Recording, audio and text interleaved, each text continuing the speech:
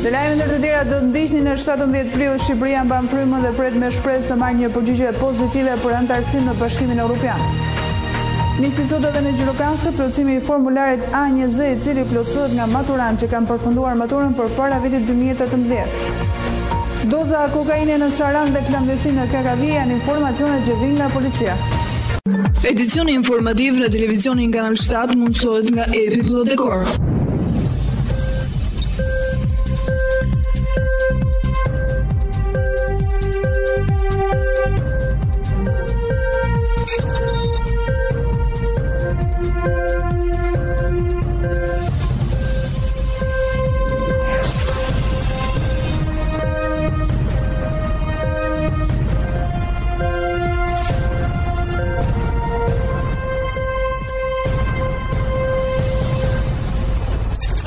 Përshëndetje nderuar shikues të ekranit televizionit Kanal 7, ky është edicioni informativ i një mëngjesisht me informacione të përgatitura për këtë edicion.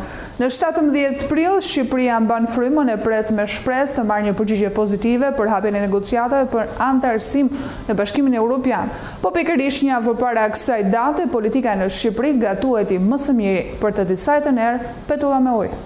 Në 17 prill Shqipëria mban frymën e pret me shpresë të marrë një përgjigje pozitive për hapjen e negociatave për anëtarësimin në Bashkimin Evropian. Por pikërisht një javë përpara kësaj date të rëndësishme të agjendës shqiptare, ku vendi i Shqipërisë ku presupozohet se është ajka e elitës së vendit, dëshmoi edhe një herë se çfarë është në gjendje të gatuaj, dhe për kësi rastesh, kur duhet të shtrojë gostisi për popullin dhe për miqtë e Brukselit. Mielli i opozitës dhe uji i qeverisë ishin perfekt për petulla me ujë, që ofron kjo politikë në vazhdimsi. Por edhe në rastin e vendeve të tilla, për të dëshmuar edhe kësaj here, se sa herë ndodhemi para ngjarjesh të rëndësishme për popullin e kombit ton, klasa drejtuese është e aftë të zhgënjejë në mënyrë të shkëlqyer, si të interesuarit brenda vendit, edhe miqtë tanë strategjik dashamirës në botë. Kjo shfaqje groteske ku palët nuk prodhojnë asgjë serioze veçse rezultateve boshe, si petulla me ujë, ku hera herës shtojnë mijëll e ujë, nuk janë të parat dhe as të rastit. Edhe këtë herë, nuk ishte asnjë arsye serioze që politika të performonte në të tillë mënyrë, kaq të papërqyer dhe që nuk lidhet me asnjë pritshmëri të publikut. Në shkurt, Bashkimi Evropian afroshoi strategjinë për zgjerimin e Unionit me vendet e Ballkanit dhe nuk dha një datë të qartë se ku mund të ndodhemi me hapat e tjerë të mëdhenj. Dhe kjo solli një farë zhgënjimi nga njëra anë, po nga ana tjetër, ishte rasti që politika t'i vijej punës për të arritur shpejtësinë, për të vendosur të parët të rrallë përpara derës gjysmë të hapur të anëtarësimit. Siç duket, kjo as nuk ndodh dhe as po ndodh. Megjithatë ne mbetemi me shpresë se BE duhet të jetë mësuar me këtë menu, mbushur me prunë bajat, që ofron politika shqiptare dhe prandaj nuk i ka kushtozuar marrëdhëniet me ne sipas lojës së ditës, por është orientuar nga produkti strategjik afatgjat. Kjo ka ndodhur për të paktën dy arsye. Së pari, se BE ka kuptuar se nga vonesat në procesin e integrimit i dëmtuari vetëm është qytetari shqiptar, dhe se shpejtimi i procesit duhet të zhvillohet në favor të tij. Dhe së dyti, ka parë se pas çdo gure kilometrik të arritur në këtë rrugë të gjatë anëtarësimit, shqiptarët janë nxitur më shumë drejt përparimit. Kujtojmë këtu dy shembuj veçanërisht domethënës në historikën e marrëdhënieve me Perëndimin, ku dëshmoi qartë se vendimet e organizatave perëndimore për të na përfshirë apo për të na përafruar me strukturat e tyre kanë dhënë një kontribut të konsiderueshëm edhe të drejtë për drejtë në përmirësimin e jetës së përditshme të qytetarëve, por dhe të sigurisë afatgjat të kombit ton. Në të dy rastet, sikur u mor vendimi për na pranuar në NATO, edhe kur vendet e Bashkimit Evropian vendosën regjimin e liberalizimit të vizave për shqiptarët, elitat politike në vend nuk ofronin në një klim suksesesh të papara. Përkundrazi, në njërin rast vinin pas ngjarjes famkeqe të Gërdecit, në rastin tjetër pas ngjarjeve të 21 janarit. Ne shqiptarët optimistë mbetemi shpresëplot se miqtë tanë perëndimor në BE e jo vetëm e kanë verifikuar se sa pozitiv kanë qenë për popullin dhe kombin ton të dy këto hapa të hedhura me ndihmën e tyre drejt perëndimit, demokracisë dhe tregut të lirë. Jemi dëshmimtar se pas çdo dere të hapur nga BE, vendi ynë është njërë me i sikut, përfitimi nga investimet e huaja të mëdha ka qenë dhe më i lartë, dhe besimi i optimizmit i ngjallur ka nxitur Shqipërinë të ecë më tej, e të jetë më angazhuar pavarësisht skenave të papëlqyera të ofruara jo rrallë nga klasa politike e drejtuesve të vendit. Prandaj dhe në këtë vigjilje vendime është të rëndësishme. Ne urojmë lutemi fort që komisioni të japë rekomandime pozitive për hapjen e negociatave për anëtarësimin e Shqipërisë në BE, dhe vota e vendeve anëtare të jetë po ashtu pozitive dhe sa më shpejt. Koha ka treguar se në procesin e gjatë të integrimit përgjigjet pozitive të Brukselit ndaj vendit ton ka shërbyer si ingredienti i vetëm që i përmirëson shihen publikut shqiptar, të ngopur me petulla me ujë të politikës lokale. Nisi sot edhe në Gjirokaster plotësimi i formularit A1Z, i cili plotësohet nga ata maturantë të cilët kanë përfunduar maturën përpara vitit 2018. Ditën e dieshme ka nisur plotësimi i formularit A1Z nga të gjithë maturantët që kanë përfunduar studimet në shkollën e mesme para vitit 2018. Sipas kalendarit të publikuar nga Qendra e Shërbimeve Arsimore, sot do të bëhet aplikimi në qarkun e Tiranës, Dibër, Vlorë, Gjirokaster, Peqin, Kramsh, Librazh, Sarandë, Skrapare, Përmet. Ndërsa në datën 16 prill do të kenë mundësi të plotësojnë formularin A1Z maturantët e vjetër në qytetet e Elbasanit, Korçës, Pogradecit, Kolonjës, Devollit, Beratit, Kuçovës, Kurbinit, Kuksit, Matit dhe Delvinës. Ndërkohë, nga QSH-ja bëhet me dije se formulari A1Z mund të plotësohet nga kandidatët që kanë përfunduar shkollën e mesme para vitit 2018 dhe që kanë detyrim për të dhënë një ose disa provime të maturës shtetërore, si dhe nga kandidatët që kanë përfunduar shkollën e mesme para vitit 2018 dhe që nuk kanë detyrime të maturës shtetërore. Gjithashtu dhe kandidatët që kanë kryer arsimin e mesëm jashtë vendit dhe pasi kanë bërë njësimin e diplomës në komisionin përkatës, rezultojnë se ose nuk kanë detyrime të maturës shtetërore ose kanë të drejtë të plotësojnë formularin A1Z. Plotësimi online formularit A1Z bëhet në shkollat ku kandidati ka kryer arsimin e mesëm të lartë ose në shkollën e përcaktuar nga KMSH-ja e vendbanimit, nëse shkolla e mesme që kanë përfunduar është mbyllur. Për të plotësuar formularin A1Z, kandidati duhet të paraqitet te mbikëqyrësi një kopje të notorizuar të dëftesës së pjekurisë ose vërtetim me notat e të gjitha viteve në shkollës mesme, me fotografi, si dhe certifikatën e maturës, me notat e të gjitha viteve të shkollës mesme, lëshuar nga drejtori i shkollës, sipas regjistrit të amzës apo dokumentin e lëshuar nga arkivi i shtetit. Edhe procesi i plotësimit të formularit A1Z do të ndiqet nga një person i ngarkuar nga drejtoria e shkollës që quhet mbikëqyrës, thuhet në njoftimin e fermosur nga drejtoria e QSH-s. Deri në 20 prill 2018, Komisioni Shkollor i Maturës Shtetërore dhe Komisioni i Maturës Shtetërore pranë drejtorive apo zyrave arsimore do të plotësojnë online bazën e të dhënave me fushat përkatëse sipas udhëzuesit të dërguar nga QSH-ja. Në të gjitha ato raste kur të dhënat mund të kenë gabime, maturantët kanë mundësi që të dërgojnë vërejtjet e tyre për përkatësinë deri në 30 prill 2018, bëhen korrigjimet e nevojshme në sistem. Maturanti paraqitet gjatë testimit në qendrën e provimit 1 orë e 30 minuta përpara fillimit të provimit. Në momentin e paraqitjes në mjedisit e provimit duhet të ketë dokumentin e identifikimit dhe mjetet e nevojshme, laps fizore, kompas, makinë të thjeshtë, llogaritse. Maturantët që dorëzojnë testin firmosen për dorëzimin e tij në listën që disponon apoja. Kandidatët që dorëzojnë testin e provimit përpara kohës së përcaktuar nuk mund të dalin nga qendra e provimit para kohës së përfundimit të provimit. Doza kokaine në Sarandë dhe klandestin në pikën kufitare të KKV-s janë informacionet që vijnë nga policia, i ndjekim bashkë një blok informacionesh. Specialistë seksionin për hetimin e narkotikëve në komisariatin e policisë të Sarandës kanë arrestuar në flagrancë shtetasit Adriatik Gjë 25 vjeç banues në Ksamil, Dakomo 33 vjeç banues në Ksamil, Piroko 24 vjeç banues në Ksamil, Renald B 21 vjeç banues në Ksamil për mos kallëzim krimi. Shtetasi sipër ju është gjetur e sekuestruar në mjetin Opel, në të cilin udhëtonin 7 doza lëndë narkotike dyshuar kokain. Në cilësinë e provës materiale është sekuestruar dhe automjeti Opel. Gjithashtu këta shtetas janë autor të një sasie lëndë narkotike kanabis për 18 kg, të gjetur në Ksamil në datë 15/3/2018. Materialet hetimore do t'i referojnë prokurorisë së rrethit gjyqësor Sarandë për vepra penale, prodhim dhe shitje narkotike e kryer në bashkëpunim dhe mos kallëzim krimi, për parashikuar nga nenet 283 fraksion 2 dhe 300 të kodit penal. Shifër rekord e klandestinët e vendeve të treta në pikën kufitare të KKV-s. Sipas burimeve të policisë së shtetit, 42 shtetas të huaj, migrantë të palishëm prej të cilëve 17 iraken dhe 25 sirian janë ndaluar nga policia kufitare e KKV-s në afërsi të ish postës së Mullirit, shumë pranë kufit të jeshil mes dy vendeve. Të gjithë shtetas të palishëm kanë kërkuar azil dhe janë strehuar në qendrën e pritjes azil kërkuese në Tiranë. Mes klandestinët të ndaluar kishte një numër të konsiderueshëm fëmijësh, gra e fëmijë të mitur. Fenomeni klandestin të vendeve të treta ka shënuar rritje kohët e fundit, nisur dhe nga fakti që vetë pala greke nuk bën ndalimin e tyre në kufi, duke i lejuar depërtojnë në kufirin shqiptar, pa asur pengesa nga pala greke. Është momenti të njihem me informacionet më të fundit nga rajoni dhe bota. Pas sulmeve të përqendruar të SBA-s, Britanisë së Madhe, Francës në Siri ka reaguar dhe Moska. Rusia ka aktivizuar sistemin e saj mbrojtës dislokuar në Siri, duke bërë të ditur ministri rus i mbrojtjes duke shpjeguar se sulmet të shteteve janë kundërshtuar vetëm nga sistemi antiraketor sirian S-125 dhe S-200. Këto janë sistemet prodhuar 30 vjet më parë nga Bashkimi Sovjetik, të cilë megjithatë kanë rrëzuar një numër raketash. Ndërkohë Ministria e Jashtëm e Mbrojtjes franceze Florence Parly tha se Rusia ishte paralajmëruar më herët për sulmet ushtarake të përbashkëta nga SBA-ja, Britania dhe Franca kundër Sirisë. Ai shtoi se operacioni në Siri është i lishëm, i kufizuar e proporcional. Objektivi i raketat aleatëve për momentin janë vetëm bazat ku dyshohet se regjimi i Asadit ruan armë kimike, ndërsa raportohet se shpërthimi janë ndjer dhe pranë Damaskut.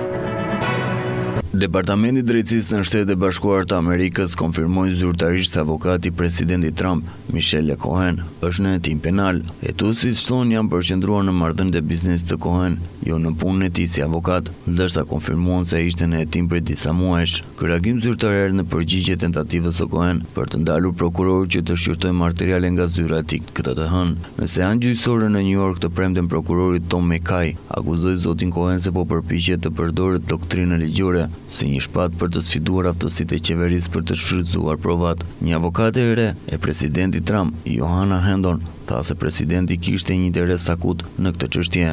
Zonja Hendon, e cila ishte punonjësuar të mërkurën, i kërkoi gjyqtarit që të shtyejë seanca me qëllim që ajo të kishte më shumë kohë për të përgatitur. Gjatë një dalje për shtyp më shumë emocionale dhe për lotje, presidenti Ekuador Lenín Moreno konfirmon vdekjen e 2 reporterëve dhe shoferin e tyre të marrë peng pak ditë më parë. Gazetari Javier Ortega, fotografi Paul Ricas dhe shoferi i tyre Efraín Seraga u morën peng nga infraksion disidenti i grupit të ribashkuar të FARC, të cilët janë rebel kolumbian. Në konferencë për shtyp, presidenti Moreno tha se nuk do të lejojë që vendi i tij të binte prej këtyre kërcënimeve, ndërsa deklaroi se do të nisë me një operacion në kufi. Ai shtoi gjithashtu se do t'i jap një shpërblim shumë të mëdhenj për të gjithë ata që do t'i jap informacion mbi rebelet që rrëmbyen dhe vranë reporterët. Edhe presidenti kolumbian Juan Manuel Santos tha më herët se Ekuadori mund të mbështeten në forcat armatosura të vendit të tij gjatë operacionit kundër rebelëve. Të tërë viktimat të cilët punonin për gazetën El Comercio të Ekuadorit u morën peng në afërsitë të fshatit Mataje në 26 mars, ndërsa besohet se pas pak ditësh janë ekzekutuar nga rebelët kolumbian. Presidenti i Turqisë Recep Tayyip Erdogan ka deklaruar se vendi i tij është në bisedim me SBA-n dhe Rusinë për të parandaluar përshkallëzimin e mëtejshëm të tensioneve në Siri. Duke diskutuar të gjithë këtë, çështja që në këmbgulje ishte se tensionet në rritje në rajon nuk do të ishte të drejta dhe kriza në rajon duhet të përfundonte me vendosjen e paqes, tha presidenti Erdogan përpara gazetarëve në Stamboll. Presidenti turk bëri të ditur se ai ka shkëmbyer pikpamjet mbi dumën në Siri dhe homologun e tij rus Vladimir Putin. Ai po ashtu tha se ka folur me presidentin e SBA-ve Donald Trump mbi çështjen e sulmeve kimike në Duma, duke shtuar se Turqia ka qendrim të fuqishëm kundër përdorimit të armëve kimike, raporton agjencia turke e lajmeve Anadolu. Sipas agjencisë së mbrojtjes civile, helmetat e bardha, regjimi i Asadit është vajsuar për një sulm kimik të së shtunës në qytetin e Dumas së gutën lindore, duke lënë të vrarë 70 civil dhe duke plagosur qindra të tjerë. Erdogan përveç se armëve kimike, po ashtu theksoi rëndësinë e kundër sulmit të përdorur të armëve konvencionale. Natyrisht vdekjet me armë kimike janë një tragjedi, një fatkeqësi, por nga ana tjetër, kur rindhen bomba fuqi me armë konvencionale, ato nuk bëjnë dallime midis njerëzve, fëmijëve, grave dhe të moshuarve dhe i vrasin të gjithë pa mëshirë, tha Erdogan. Përpara gjithsej ne duam që forcat e koalicionit, veçanërisht SBA dhe Rusia, të jenë të ndjeshme këtu, theksoi ai. Përveç saj, presidenti Erdogan tha se Turqia do të vazhdojë të mbajë qendrimin e saj të vendosur në luftën kundër terrorizmit në afrinë të Sirisë. Rikthiem informacionet në vend, paraja jashtë sistemit bankar ka shënuar një rekord të vërtet gjatë vitit 2017. Sipas Bankës së Shqipërisë, një nga shkaqet kanë qenë zgjedhjet parlamentare. Paraja që qarkullon jashtë sistemit bankar është një tregues direkt i nivelit të informalitetit në ekonomi dhe ka arritur nivelin më të lartë në 8 vitet e fundit në 2017. Sipas statistikave të Bankës së Shqipërisë, jashtë kanaleve bankare qarkullon në dhjetor 265 miliard lekë ose gati 2 miliard euro. Kjo shumë është e barabartë me 20.9% të paras gjithsej në ekonomi nga 19.7% që ishte ky tregues një vit më parë. Në vlerë absolute, paraja që qarkullon jashtë kanaleve bankare është shtuar me gati 120 milion euro në 2017. Ky është niveli më i lartë që nga 2009, kur u konstatua një rrjedhje e depozitave nga sistemi bankar për shkak të frikës që u shkaktua në atë kohë nga efektet e krizës ekonomike globale. Në janar dhe në shkurt, paraja jashtë bankave ka shënuar ulje, por sërish ajo mbeti në 20.6% të totalit, rekordi 8 viteve të fundit, pasi zbriti në shkurt të 2013 në 16.5% të totalit të paras gjithsej, Të dhënat e Bankës së Shqipërisë tregojnë se niveli parasje jashtë bankave filloi të rritej sërish duke arritur 20.2% në qershor 2017. Kjo kohë përkon me zgjedhjet e përgjithshme ku tradicionalisht ka një rritje të paras kesh në qarkullim. Rritja ka vjuar dhe në muajt në vijim për të arritur në 20.9% të totalit në fund të vitit. Hyrje e parave nga kanalet informale dhe rënja depozitave në lek vitet e fundit për shkak të interesave të ulta janë dy arsyet kryesore që kanë ndikuar në këtë tendencë. Nga ana tjetër, 2017 ishte një vit zgjedhor dhe gjithnjë periudha zgjedhore konstatohet një rritje parasje jashtë bankave për shkak të shpenzimeve të mëdha që kryen në periudha zgjedhore.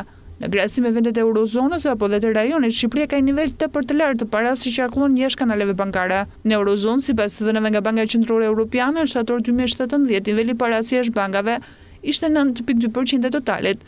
Në Maqedoni ky tregues sipas të dhënave të Bankës Qendrore, ishte përkatësisht 8.2% në fund të shtatorit 2017. Në Serbi ishte 6.5% e totalit, sipas të dhënave të Bankës Qendrore Serbe, që referohen fundit të muajit gusht. Dhe të kundërt paraja gjithsej në ekonomi përfshirë depozitat pa afat dhe ato me afat në lekë valutë, ka shënuar në vitin 2017 rritjen më të ulët që nga viti 2005, ku Banka e Shqipërisë raporton të dhënat duke u zgjeruar në vetëm 26 milion euro. Teoritë ekonomike sugjerojnë se një rritje e fortë e paras gjithsej në mënyrë tipike ul normat e interesit, që nga ana vetë gjeneron më shumë investime dhe vën më shumë para në duart e konsumatorëve duke nxitur shpenzimet. Bizneset reagojnë duke porositur më shumë lëndë të parë dhe duke arritur prodhimin. Rritja e aktivitetit biznesit shton kërkesën për punë. E kundërta mund të ndodhë në raste se oferta e paras bie ose rritja e saj ngadalësohet. Fatkeqësisht, kjo e fundit duket se po ndodh edhe në Shqipëri, siç e tregojnë qartë shifrat e Bankës së Shqipërisë. Është momenti të njëjmë edhe me parashikimin e motit, grafikat do të na njohin me 3 ditë në vijim.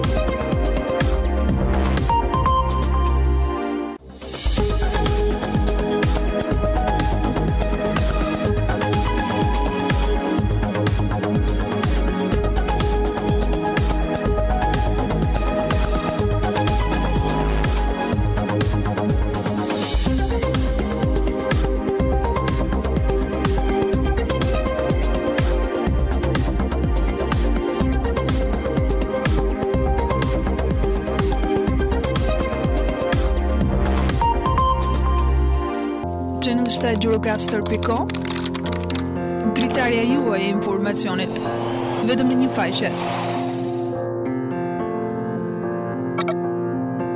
Showbiz, sport, kulturë, lajme politike, ekonomi, koncept i ri në gjithçka, ndryshe nga të tjerët. Gjithçka në një të vetme. Dritarja juaj e informacionit në çdo hap, kudo që të ndodheni. Gjirokaster.com. Dhe jemi gjithmonë më pranë. Përfundojmë këtë edicionin informativ në televizionin Kanal 7, në shoqërinë e programeve të vijim bash përpafshim.